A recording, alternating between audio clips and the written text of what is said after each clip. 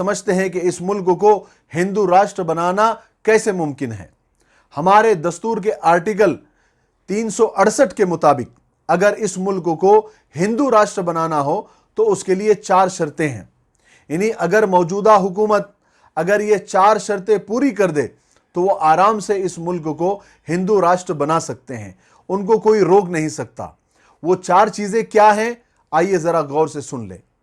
सबसे पहले, हिंदू राष्ट्र के कानून को लोकसभा में बिल की सूरत में पेश करना होगा। लोकसभा के 543 एमपीओ में से 2/3 यानी 362 एमपी अगर इस बिल को पास कर दे तो हिंदू राष्ट्र का बिल लोकसभा में आराम से पास हो जाएगा। और बीजेपी के पास और उसकी हिमायती जमातों के पास इस वक्त 334 एमपी मौजूद है, उनको मजीद सिर्फ 28 एमपी की जरूरत है। दूसरी शर्त यह है कि लोकसभा से हिंदू राष्ट्र के बिल को पास करने के बाद राज्यसभा में पेश करना होगा। दस्तूरी चीज है। राज्यसभा के 245 मेंबरों में 2/3 यानी 164 मेंबरों ने अगर इस बिल को पास कर दिया तो हिंदू राष्ट्र का बिल राज्यसभा से भी पास हो जाएगा।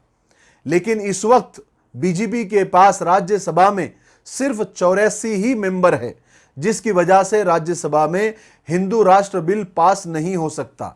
लेकिन याद रखें, 2022 में बीजेपी के पास 2/3 मेंबर राज्यसभा में हो जाएंगे, यह उनका टारगेट है। तीसरी शर्त यह है कि हिंदुस्तान के 29 असेंबलियों में से कम 15 असेंबलियों में इस बिल को पास करना पड़ेगा।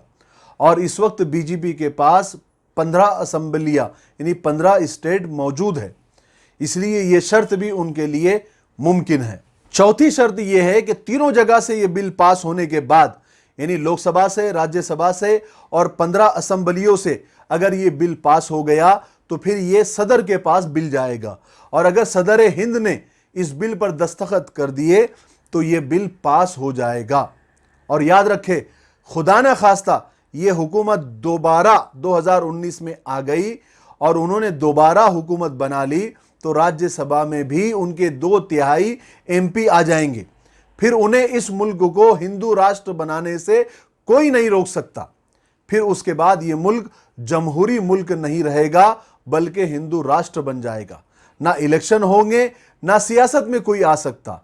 इसलिए बीजेपी के एमपी बार बार ये बयान दे रहे हैं कि 2019 का इलेक्शन ये आखिरी इलेक्शन होगा, इसके बाद कोई इलेक्शन नहीं होगा। मोहतरम हजरात, 2019 का इलेक्शन मुसलमानों के लिए बहुत बड़ी आजमाइश का इलेक्शन है।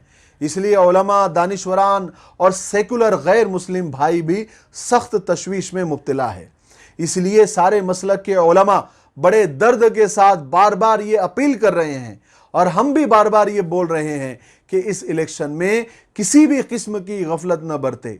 हर मुसलमान को चाहिए कि मसलकी इख्तलाफात, जमाती इख्तलाफात, बिरादरियों की इख्तलाफात, इन सब से ऊपर उठकर खालिस अल्लाह के दीन की हिफाजत के लिए वोट डाले। हर एक अपने पड़ोसियों को, ख़ानदान वालों को इस तरफ मुतवज्जे करें कि कोई वोट डाले बगैर न रहें। मुसलमानों के लिए ज़रूरी है कि वो कम से कम इस इलेक्शन में 100% वोट डाले और अपने वोटों को तकसीम किए बगैर मुत्तहिद होकर वोट डाले। मोहतरम हजरात, 2014 में बीजेपी के इख्तिदार यानी हुकूमत में आने की वजह मुसलमानों की 3 बड़ी गलतियां हैं। गलतियां इसलिए बताई जा रही है ताकि हम गलतियों से सबक सीखें। हदीस में